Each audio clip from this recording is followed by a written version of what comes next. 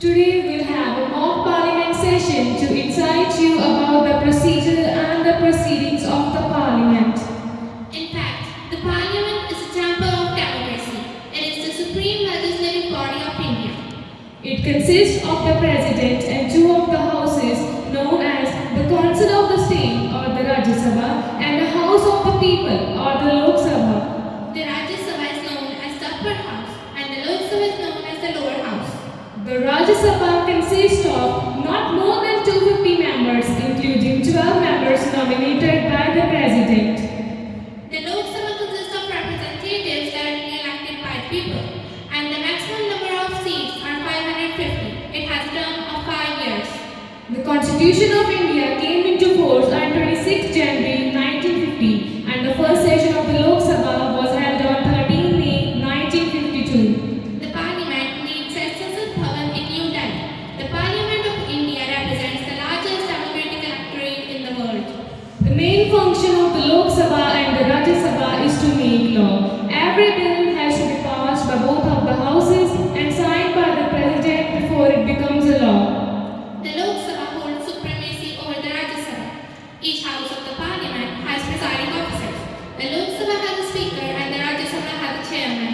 The speaker in each house maintains discipline and decorum in the house, and the parliament conducts 3 sessions each year. The budget session from February to May, The monsoon session July and August. and the winter session November and December. Now let's witness the proceedings of the parliament.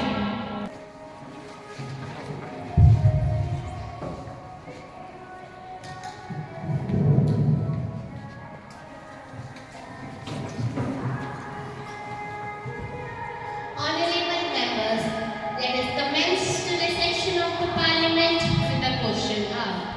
The listed questions can be asked by the members. The concerned minister shall be ready with their response. Honorable members are requested to consume bare minimum time to conclude the session. And dear members, make it sure your question should be precise, to the point, and try to make use of the time on development programs and serious national issues. Political-based discussions and arguments can be done during this debate hour. Let us go to the first question. Honorable Member, Mr. Shashi Thakur, with your question, please. Ma'am, we, the world's largest democratic nation, is liable to bow before the leaders and citizens of various nations due to insoluble communal issues in various parts of our nation. I believe that the present government is just ignoring the situation for political gain out of communal violence and religious clash. I would like to ask the Honorable Prime Minister on Manipur issue.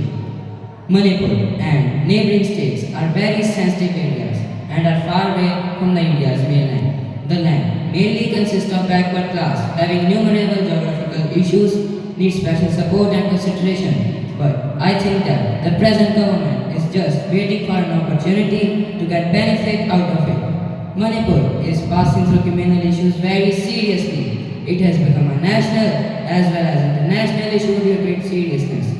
A democratic, cultured society is unable to bear such issues for long. We, the citizens of India, have the right to lead a safe and secure life. Here, whether it is in Tamil Nadu or Kashmir, whether it is in Punjab or in Manipur, ma'am, we would like to get a proper statement from the Prime Minister about the steps taken to maintain peace over there. At the same time, we need an explanation why the riot escalated day by day. Are you not serious about the life of poor and oppressed?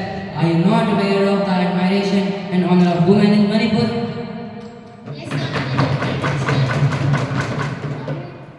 Honorable Chair and my dear members of the Parliament, I feel really regretted about the communal issues and the riots that went on for 3 months and the conflict that has engulfed the northern eastern state of Manipur. Since early May, violence, displacement, loss of life, livelihoods, and education has rendered any sense of normalcy reductive. We have compiled our resources to help you understand how this remorseless conflict is affecting people's life and what we do to help. On 3rd May 2023, violence broke out between the Meitei community and the Kuki tribe in Manipur's Choransang Shahpur town near Imphal, the state's capital city. The immediate reason for the clash between the two has been attributed to the non-tribal Methi community's demand for scheduled tribe status. Over the years, the Cookies and the Methi have shared a complex history and a complicated relationship. They have had many conflicts, but the current spat of riot between the two has severe repercussions on people's health, education, and livelihoods. We claim that Manipur's healthcare system is sufficient and capable to meet the requirements of the survivors. However, the reports have been highlighting the now the two battalions of Indian Army and the Manipur Police is delivering their responsible effort to maintain peace and tranquility throughout the state. International terrorist invasion has been suspected in both the tribes. Military intelligence is keeping an eye on this matter. This matter is too sensitive to even disclose it in this house. My government has taken a keen interest in settling this matter safe and sound. That is all for the time being. Thank you.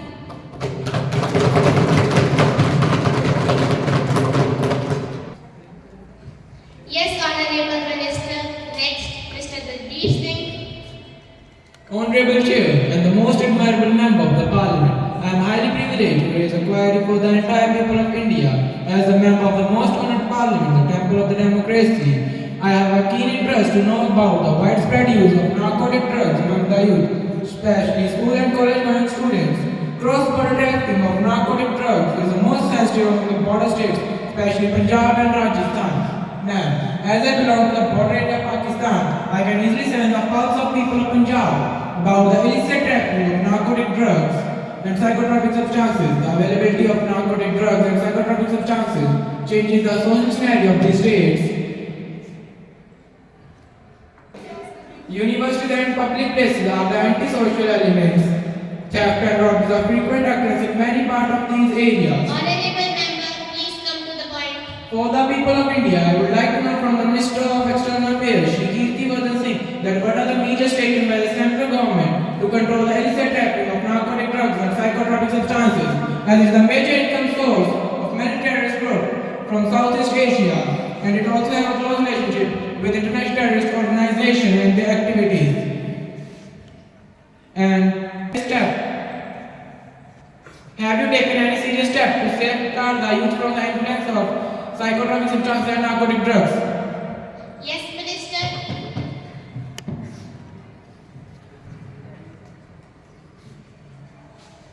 Madam, I am very honored and prestigious to give a detailed report of the action taken by the government to control the trade and use of drugs in India.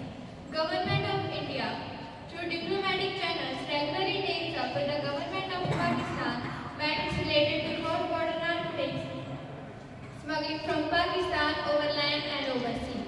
India has launched protests with Pakistan to stop the recurrence of instances of cross-border narcotics. Government of India has taken several measures like construction of fences, provision of flood lighting, roads, border outposts, and deployment of technological solutions to counter the issue of drug trafficking. The concerned organization of Government of India engaged with India's neighboring countries to cooperate in countering dominance of narcotics trafficking. India has signed bilateral agreement with 26 countries, memorandums of understanding with 17 countries, and agreement on security cooperation with 2 countries for combating illicit trafficking of narcotics, drugs, and psychotropic substances. Opium and cannabis are the 2 most commonly cultivated and consumed drugs in India. Opium is derived from the poppy plant and cannabis from the hemp plant. The government has intensified its crackdown on drugs with various measures such as seizing of drugs, arresting traffickers, and creating awareness. The NCB also said that in the past 3 years, around 36,000 acres of coffee cultivation and around 83,000 acres of cannabis cultivation have been destroyed across the country. Now, I would like to call my Associate Minister to continue facts and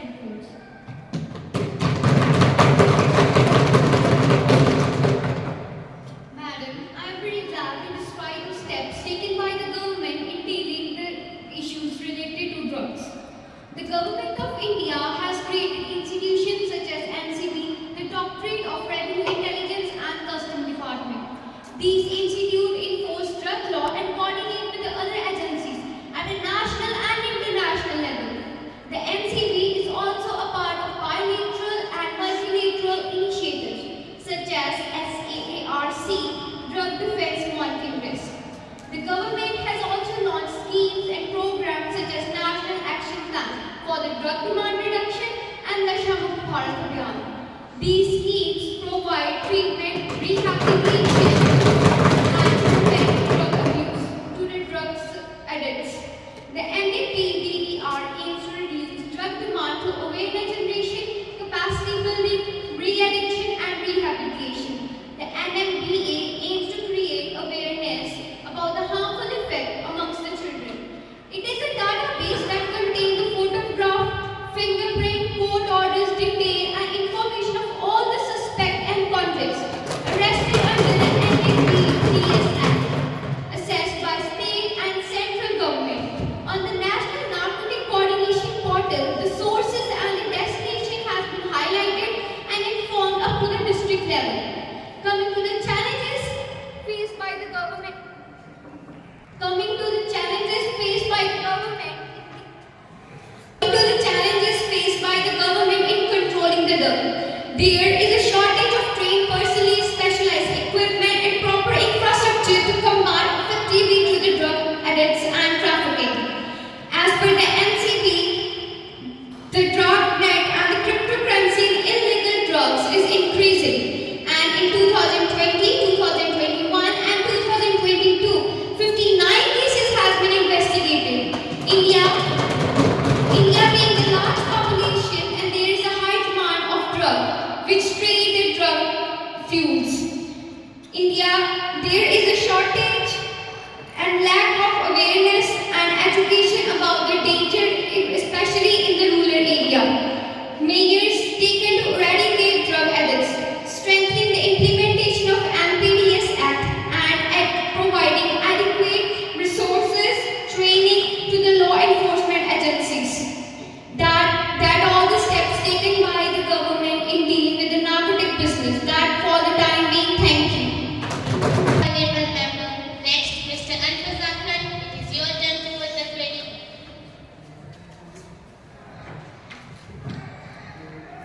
Honorable members of Parliament and the people of India for providing me such a golden opportunity to draw the government's attention towards relationship between our nation and the other nations of the world.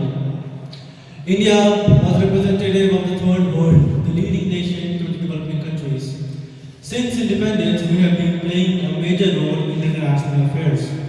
If we were proud of the non-alignment policies that we made during the post-World War and the Cold War scenarios, if we were proud of all the reputation that we owed. Honorable member, kindly put your question, please. Ma'am, I would like to ask the Foreign Minister about the new policies that they have made. And have you made any drastic change in the age or India foreign policy? Do we have any particular support or stand in the various war scenarios like Russia-Ukraine war, Israel-Palestine war, and political unrest between Myanmar and Bangladesh? I would like to get a detailed explanation on all these matters and the new foreign policies that are drastic divergent from the previous ones. Thank you. Yes, Honorable Minister. Madam, the present government of India is very keen to respect the interest and reputation of people of India. Our foreign policy is based on issues not on political or personal interest. At the same time, we are trying to maintain economic and strategic interests in various relations. India has changed its position from developing to fast-growing economic and military power. We should make the use of highly sensitive Indian market for foreign powers. The previous government of India sought the help of various developed nations for acquiring technical and financial needs. But now we are able to help many of the underdeveloped, developing and even developed nations for their upliftments in various strategic fields. India's participation in series of summit exhibits an internationalist foreign policy. India has worked to engage with the United States, Japan, Australia, Europe, and Russia, managed ties with China for direct expanding her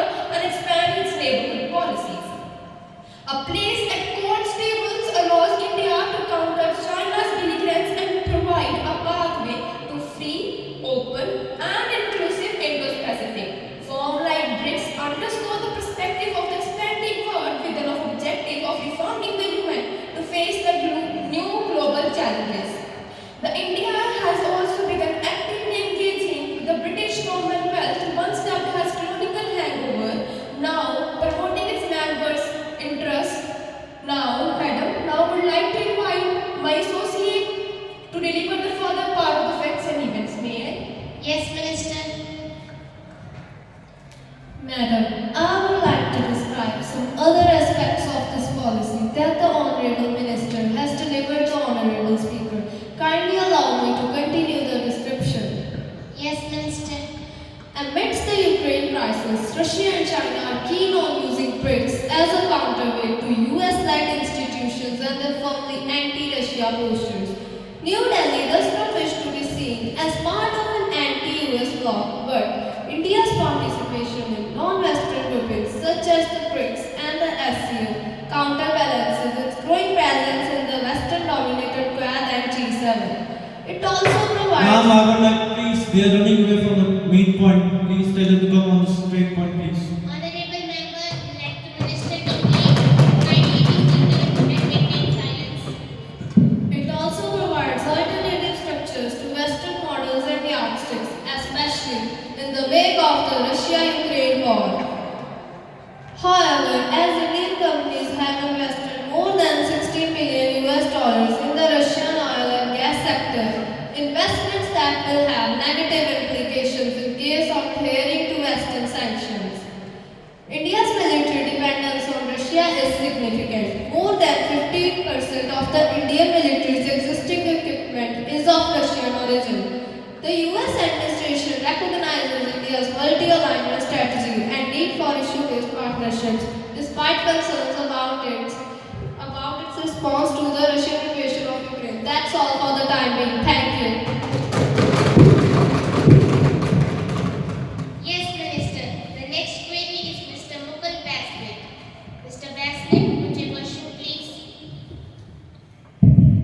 Ma'am, as you know, I represent a border state, my people especially, and the citizens of the nation as a whole. We maintained a cordial trade and bilateral relationship with our neighboring countries. We made a trust and mutual understanding with our border states, especially to Pakistan, China, and Bangladesh. But recently, we have observed that the age-old charisma of our nation has disappeared. Earlier, Kashmir was the issue between India and Pakistan, but after the removal of Article 370, the issue became an international one, and it has escalated among the Islamic nations.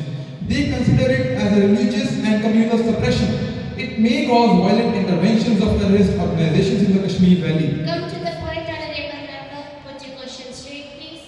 Ma'am, I would like to state that the current foreign policies of the nation attract more enemies from far and wide. We should be vigilant to be the victims of physical attacks from neighboring countries as well as to terrorist organizations. Your newly introduced Agniveer and related novelties create confusion among Indian patriots.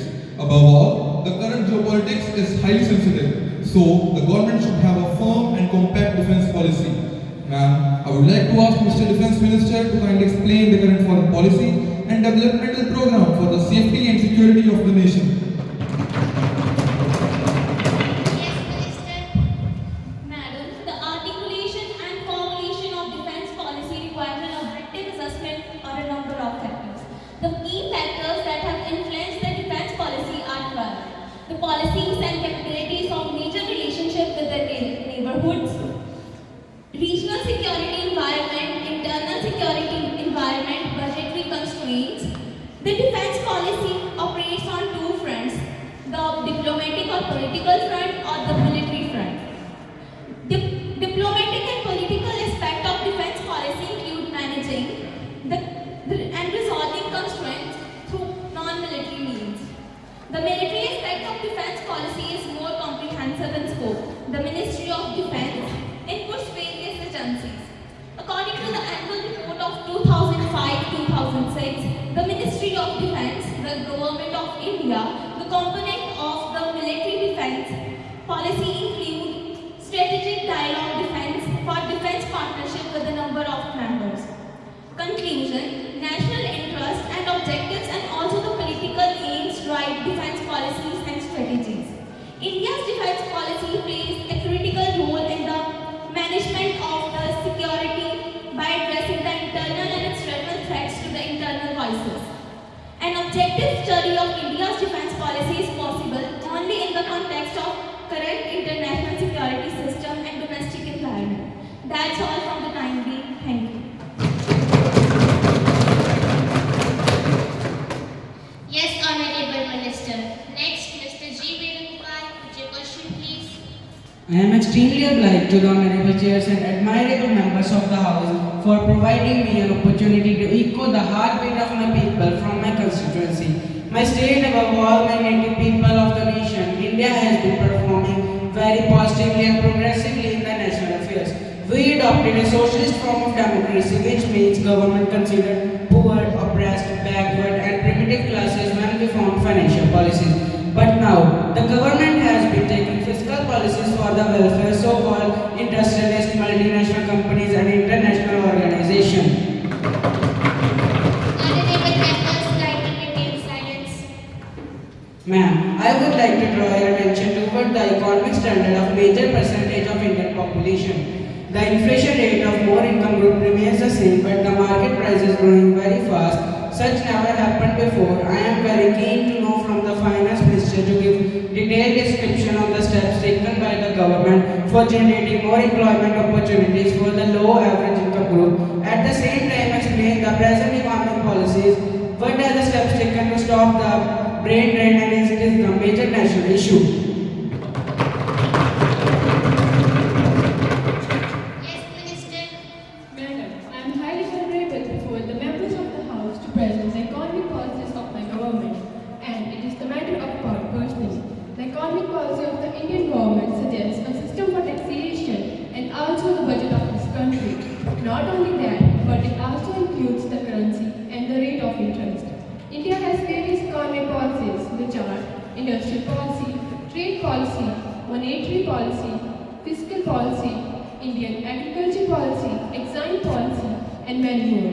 The plan of economic policies was first conducted in 1947, but after the epidemic of economic crisis in 1991, the government of India reforms the policies of economists in India. Industrial policy.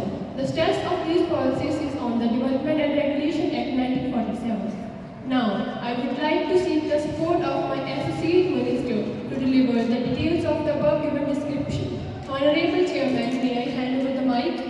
Yes, Minister.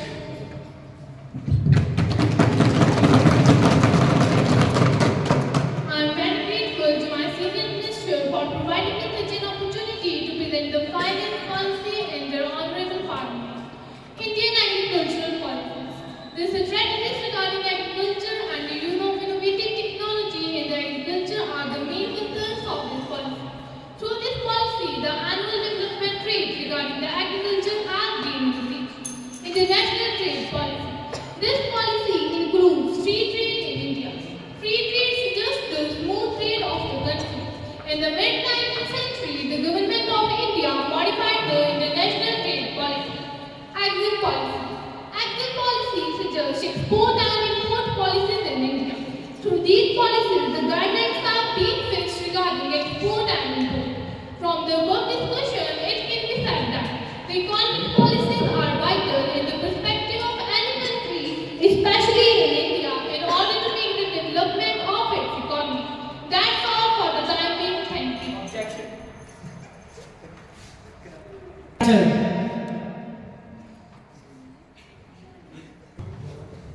Yes, Honorable Minister. Now the turn goes to Mr. Hemant Reddy. Madam, the honorable members of the House, I was well educated in the people, their welfare, both social and economic, growth and development. Nowadays, the grassroots level progress is turned due to lack of government agencies and private sector. As Honorable Minister, Mr. Sunil Sharma highlighted that agriculture is the basic need for economic growth, but in reality, the government has not taken any measurable steps in the support of farmers. It is not an imagination from the opposition leaders that the dissatisfaction of farmers in Delhi have been exposed for over a year. Madam, I would like to know that what are the steps taken by the Agriculture Ministry of India for the overall development of agriculture and its related sector. Are you ready to fulfill the promises which were done by you during the time of elections? I strongly believe that the promises were just a political stunt to gain the votes and nothing else. Thank you.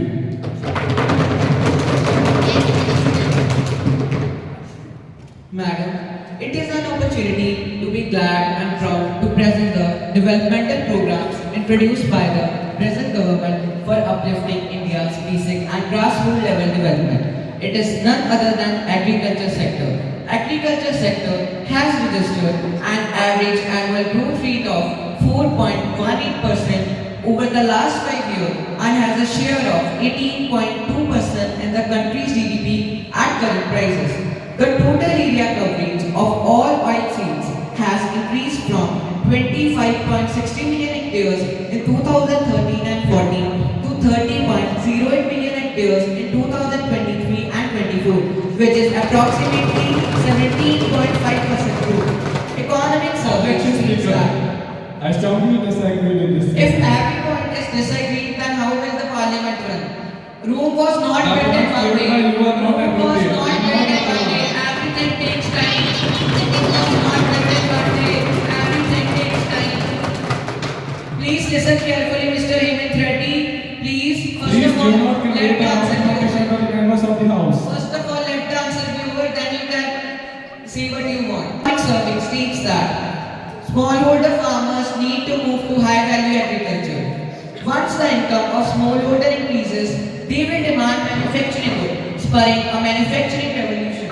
Economic survey also states that Indian agriculture sector provides about 42.3% of the population a livelihood source and has a share of 18.2% in the country's GDP at current prices.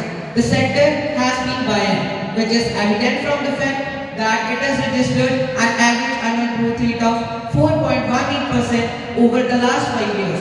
And as per provisional estimates for 2023, the agriculture sector growth stood at 1.4%. Economic survey also states that investment in agriculture policies and support of enabling policies have contributed substantially to food security. Every rupee invested in agriculture research and educational policies has a payout of rupees 13 crore in 2024. Rupees 19.65 thousand crore was spent on agriculture research in the year 2022 and 23. An economic survey also calls for enhancing private sector investment in agriculture, saying it vital to provide impetus to the sector. Investment in technology, production methods, market infrastructure, and post-harvest uses need to be scaled up. This will reduce wastage and increase the length of storage, ensuring better prices for farmers. Dear ma'am, I would like to hand over the responsibility to deliver the further part of the agriculture policies to my associate minister. May I? Yes, Minister. Madam Speaker, I would like to describe some other aspect of this policy the Honorable Minister has delivered. Honorable Speaker, kindly allow me to continue with my description. Yes, Minister. Economic survey said in 2022 to 2023, the food grain production, which is an all-time high of 329.7 million ton, and oilseed production, which 41.4 million ton. In 2023 to 2024, the food grain production has slightly been lower to 328.8 million ton, primarily because of poor and delayed monsoon. The domestic availability of edible oil has risen from 80.6 lakh ton in 2023 to 2024, and the total area coverage for the production of the oil seed has increased from 25.08 million hectare in 2024. Speaker, I object this statement. Honorable Member. Speaker, all the ministers are telling lie, and this is disrespectful of honorable chair. And members are also not to hear questions. Kindly give the report. Dear Speaker, please, it is my humble request. The total area coverage for the production of the oil seed has increased from 25.08 million hectare in 2014 to 2015 to 30.08 million hectare in 2023 to 2024. This has reduced the total percentage share of imported edible oil from 63.25% in 2014 to 2015 to 57.23% in 2023 to 2024. Economic surveys suggest that to promote efficiency in agricultural marketing and improve price discovery, the government implemented the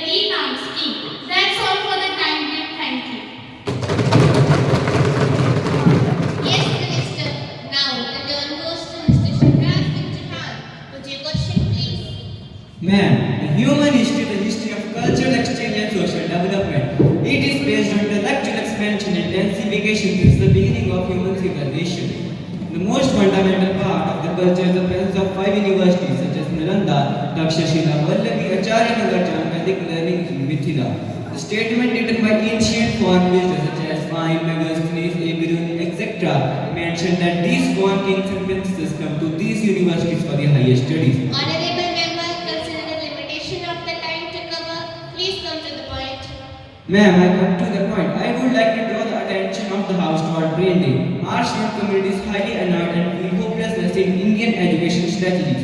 Outdated courses are provided by universities only as a part of economic gain. As a result, after completing the courses, our candidates are 10 to 15 years behind the global standard. I strongly believe that our education policy should be modernized to meet the needs of the student community. Mr. Education Minister, have you considered such matter to form a new education policy nationally as well as from grassroots level? If any such development program is explained to our facts and information. Yes, Minister. Madam, Education Minister is here. I am highly privileged to stand before the honorable members of the House to deliver a speech on new education policy of India. It is a drastic change and near revolution for modern India.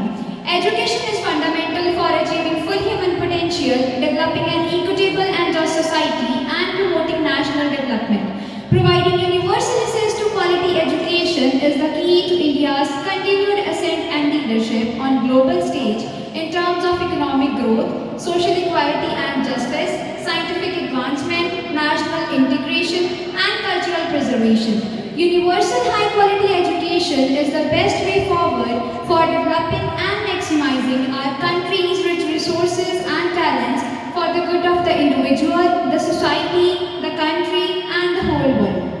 India will have the highest population in young people in the world over next decade, and our ability to provide high educational opportunities to them will determine the future of our country.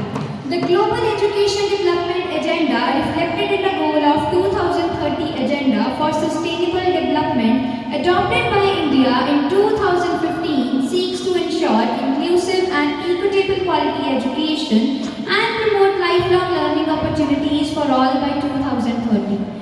The world is undergoing rapid changes in the knowledge landscape. With climate change, increasing pollution and depleting natural resources, there will be sizable shift in how we meet the world's water, energy, food and sanitation needs, which will again result in the need for new skilled labor in the fields such as biology, chemistry, physics, agriculture, climate science and social science. The growing emergence of epidemics and pandemics will also call for collaborative research in infectious disease management, and the resultant social issues heightens the need for multidisciplinary learning. Madam, now I would like to invite my honorable associate to deliver the further part of facts and events. May I? Yes, Minister. Madam, I would like to describe some other aspects of education policy which the Honorable Minister has delivered. The Honorable Speaker, kindly allow me to continue the description. Yes, Minister. The purpose of education system is to develop a good human beings capable of rational thought and action, possessing compassion and empathy, courage and resilience, scientific temper and creative imagination with sound ethical moorings and values.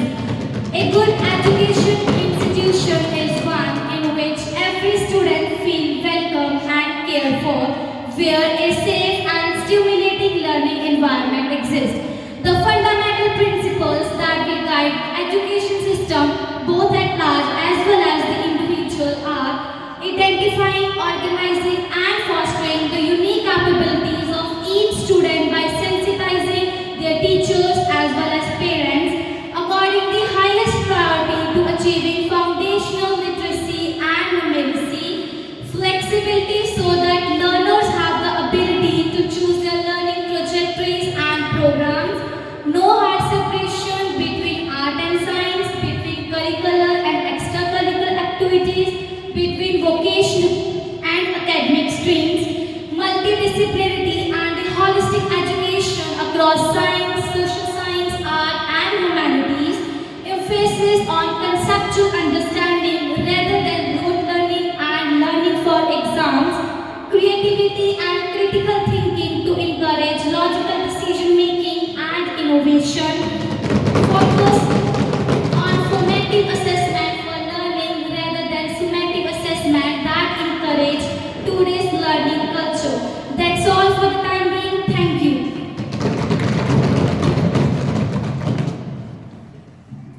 Yes, Minister. Now, Mr. Prabhu Patel, with your question, please.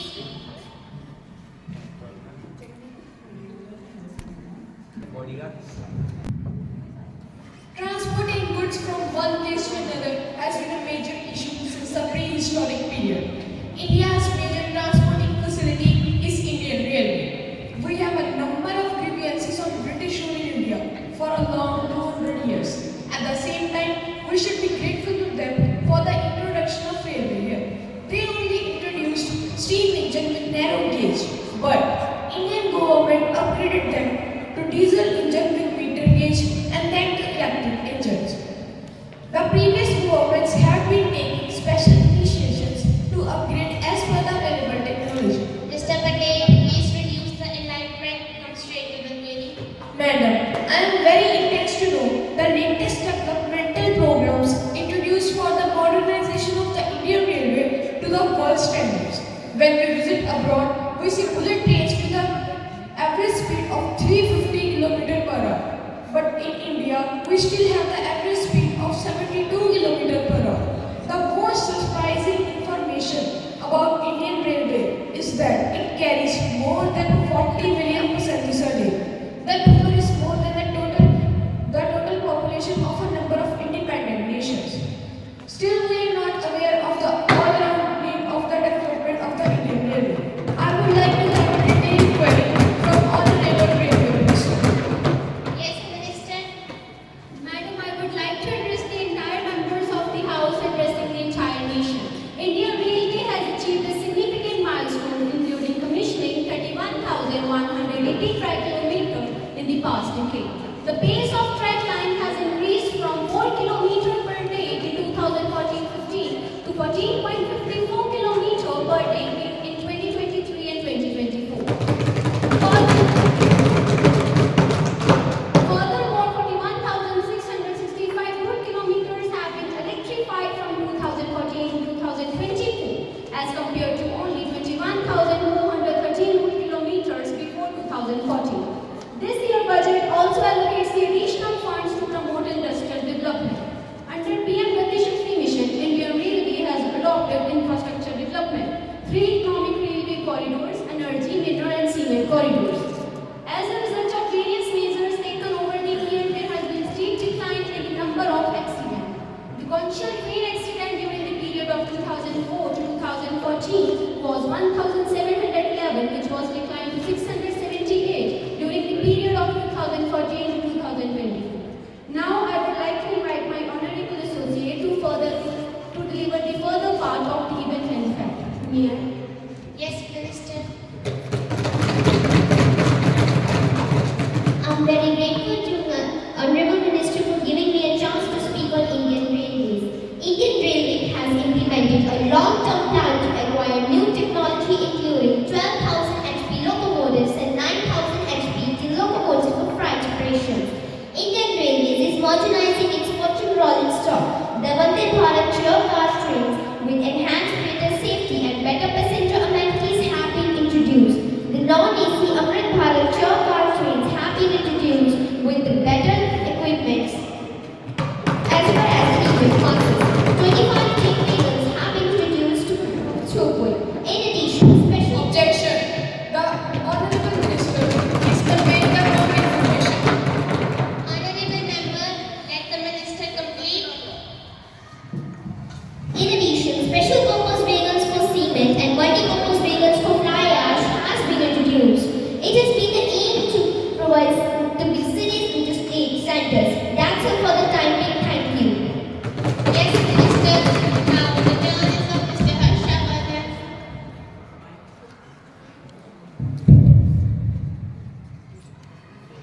Madam, the development of a nation is entirely depends on the infrastructure of the country. Proper infrastructure is the base of all the other developmental programs. Infrastructure is a basic physical and organizational structure and facilities needed for the operation of society or enterprise. A country should have social and economic infrastructure. We should have smooth and coordinated connections. The members of the House or the people would like to know the presentation of infrastructure management in India. I would also like to know which are the Indian companies collaborated with the infrastructure development program. Are the foreign companies showed interest into it? If so, which are the major companies? Which are the major projects started this year and how many projects are going to be completed this year?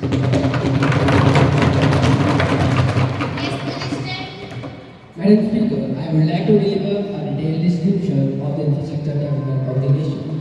India's high growth imperative in 2023 and beyond will be driven by major strides in the key sector with infrastructure as a crucial force aiding the progress.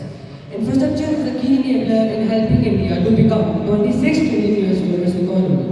Investments in buildings, upgrading physical infrastructure, especially in the synergy with the ease of doing business initiatives, have remain pivotal to increase efficiency and cost.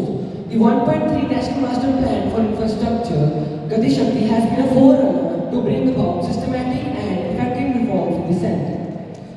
The Smart City Mission and the Housing for All program have benefited from these initiatives. The Saudi Arabia is seeking to invest up to $100 billion US dollars in India petrochemicals, energy, agriculture, etc. To meet India's aim of reaching $5 billion economy by 2025, infrastructure is the need of the hour. Our government has set ambitious plans in the key sector with infrastructure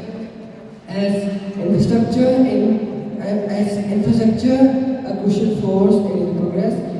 Our government has set ambitious targets in infrastructure, including the development of 2 lakh kilometer national highways and expanding the airports to 220. The total outlay budgetary for infrastructure-related ministries increased from 3.7 lakh billion US dollars in the financial year 2023 to the 5 lakh crore US dollars in the financial year 24. I would like to hand over the further responsibility of delivering the further part of speech to my associate minister. Thank you, my associate minister, for giving me the opportunity to deliver the remaining part of the speech. As a PWD minister, Speaker Madam, I want to tell you the major plan of Indian infrastructure. In road sector, the Bharatmala Pariyojana is progressing in phase 1, focusing on developing 34,800 kilometers of national highway covering 31 states and union territories and over 550 districts. In the airport sector, the Ministry of Civil Aviation flagship regional connectivity scheme UDAN, which aim to enhance regional connectivity in small town and city by developing infrastructure in small town and cities and improving air connectivities. Launched in 2016, in its first 5 years, UDAN served over 1 crore passengers of India and inaugurated 425 new routes and 58 airports. The railway sector has undertaken ambitious projects such as the Mumbai-Ahmedabad Bridge, the world's highest bridge under construction, and the Chenab Bridge, the world's highest bridge under construction.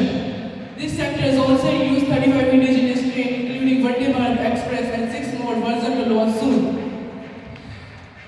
In 2020, which emphasizes an annual investment of over 1,111 lakh crore from 2020 to 2020 with an annual average investment of 22 lakh crore has been completed due to the partnership of PPP, public-private partnership. In conclusion, I want to say that the infrastructure sector play a pivotal role in developing India's economy as the India continues on its path toward becoming an economic global powerhouse. The need for robust infrastructure becomes increasingly apparent. Ultimately, the collaboration between the government and the state helps the citizen of India to live a better and clear future. Thank you. Yes, Minister. Next, Gurpreet Agarwal, you can put your question. Madam Speaker, I would like to draw your attention towards the transport and the communication. Road transport is the life structure of a nation. It's the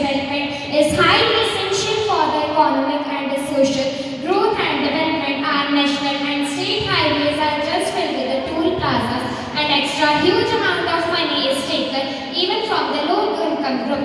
Many of the toll plazas have been working over more than 15 years. They have already collected more than the double amount used for the construction of road. Many of the companies are also not maintaining the road as per the minimum quality standard. Yes, honorable member, put your question please. Madam Speaker, I would like to know that what are the steps taken by your government to minimize the toll taxes all over the nation and to shut down the toll plazas which have been working over more than 15 years. I would also like to know the government policies on the latest development in the field of communication and the control over the 4G and the 5G data distribution. Can BSNL play an important role in the communication market to help the common users? Yes, Minister. Madam, I am very pleased to explain the transport and communication development. Road transport is the critical component for infrastructure required for economic development of the country. As per the National Transport Development Committee Policy Report of 2011 and 12, its impact on pace, structure and pattern of development can be gauged by the fact that road transport is estimated to handle 90% and 69% of countrywide passengers and free traffic respectively. High growth and proper maintenance of road network in India is the aspiration for a country to become vibrant economy by 2024 and 25. Ministry of Road Transport and Highway was formed in 2009 by bifurcating the Ministry of Shipping, Road Transport and Highway into two independent ministries. That is the Ministry of Road Transport and Highway and the Ministry of Shipping. Now I would like to call my Associate Minister to continue the fact. Ma'am, Yes, Minister. I am very grateful to my Honorable Minister for giving me an opportunity to deliver a part of transport and communication. PM Gati Shakti Master Plan. PM Gati Shakti Master Plan will be formulated in 2022-2023 to facilitate faster movement of people and goods. Bharat Mala Yojana. The program focuses on optimizing the efficiency of passenger movement across the country by bridging critical infrastructure gaps through effective interventions like development of economic corridors.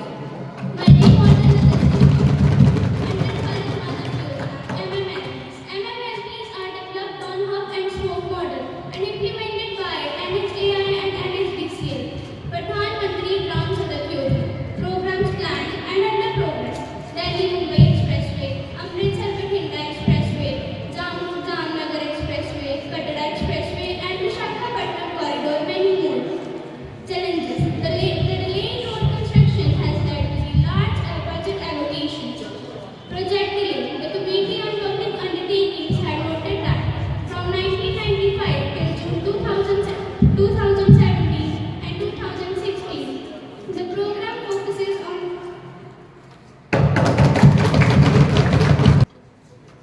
out of the total 388 projects, only 55 projects were completed on or before the time. Road safety. The ministry allocates rupees 356 crore towards the transport and safety. That's all for the time being. Thank you. Yes, Minister. Now the opportunity goes to Mr. Navru. You can put your question please.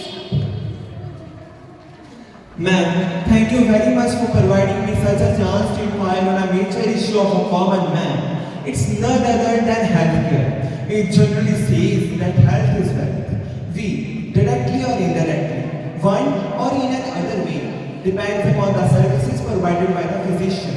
We all know that in other advanced countries, people need to wait for a long period of time for the appointment of the doctor. But in India, the situation is much better. But the quality of healthcare in India is not appreciable. Many private hospitals are acting as a business institution, and patients are just their customers. Many multi-speciality hospitals are under the dark side of organ smuggling and other such crimes. Many medical colleges provide seats to the students on the basis of money without considering the minimum qualities, ma'am. Honorable member, come to the point and put your question please. Well, Madam Speaker, in our India, the retirement life is mostly unbearable and helpless. While in other countries, the people really start to enjoy the life after retirement. It is just because of the care and concern of the government towards the elders and the protection. A welfare state should be very careful about the mental satisfaction and health of the citizen, especially who have given their services to our nation for a long period of time. People retired from the unprivileged, unorganized sector are so poor. A democratic government should also consider them.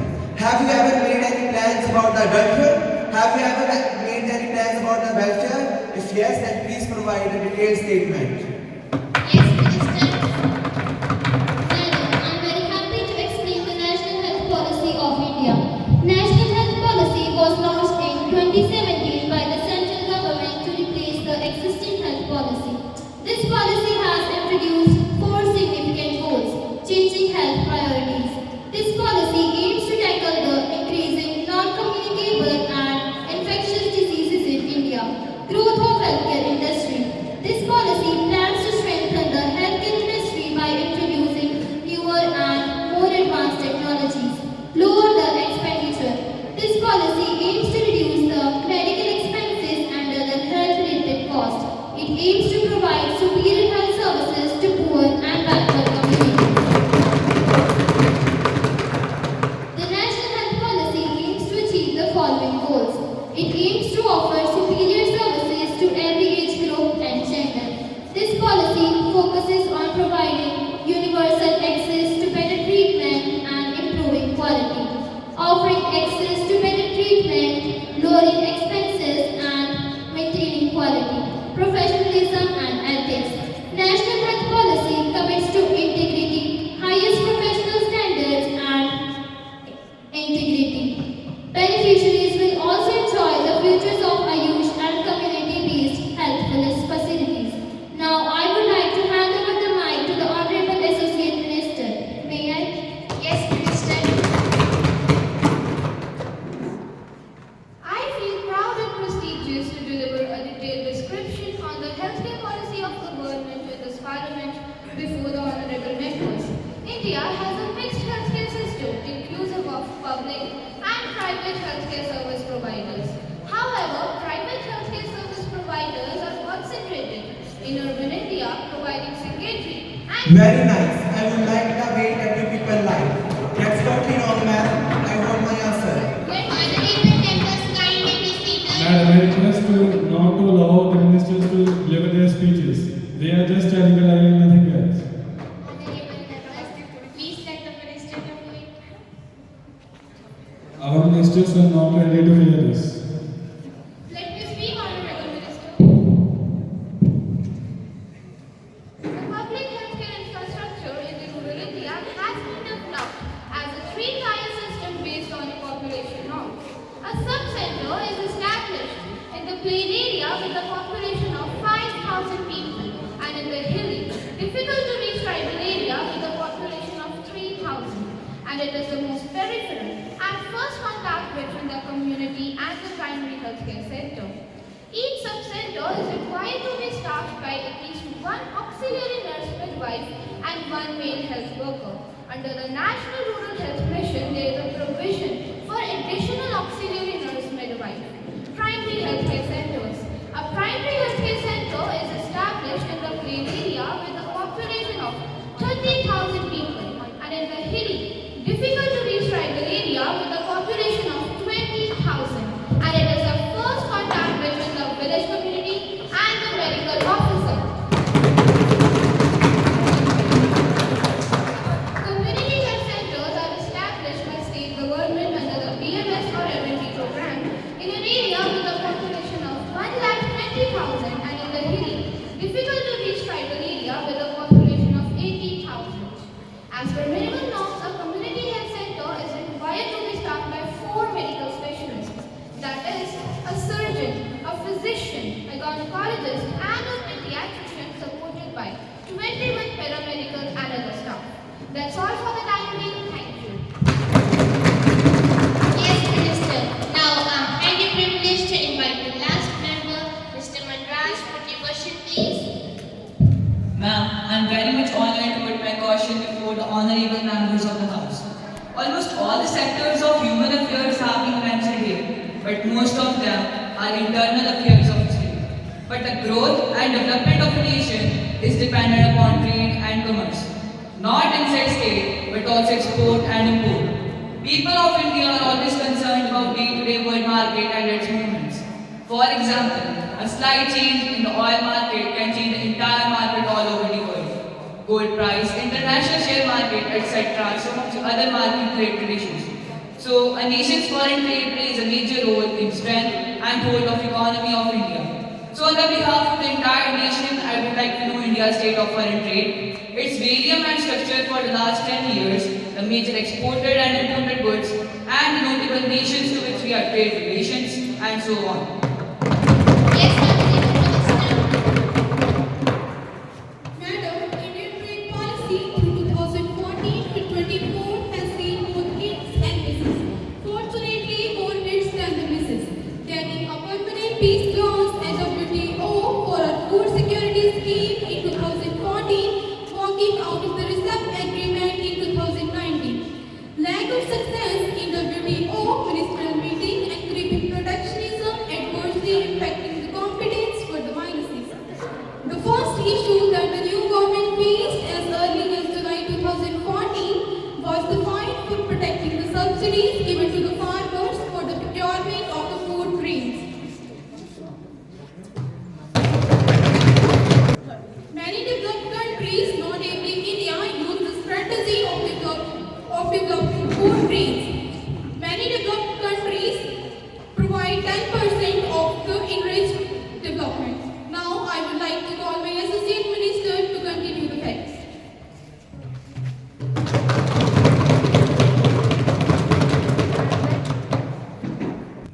I am very grateful to my senior minister for giving me an opportunity to deliver the part of the foreign trade policy. China, a lead entrant in the WTO, had simple leverage-bound tariffs of 10% compared to that 51 for India. Therefore, India had a greater possibility of using tariffs to protect itself from import surge by raising tariffs to bound rates. The US-China trade war was encouraging many companies manufacturing in China to shift its production elsewhere, including to India. Objection! Can you please answer my questions?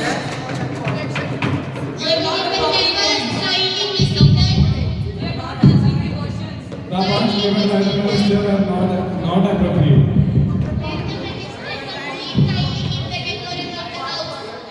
The information being conveyed is inaccurate. Points are not up to mark. They are trying to run away from the main point. Minister, let me repeat my point.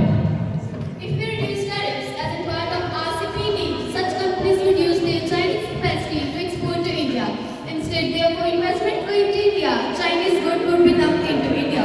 Thus, even from the point of view of the timing, it was inopportune to join the RCEP deal.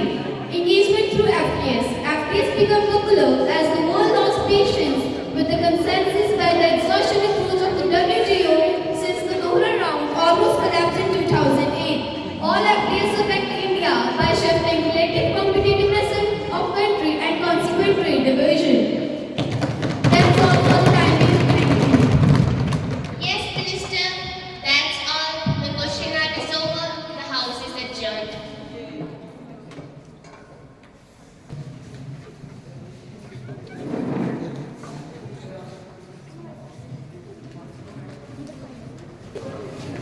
Honorable members, please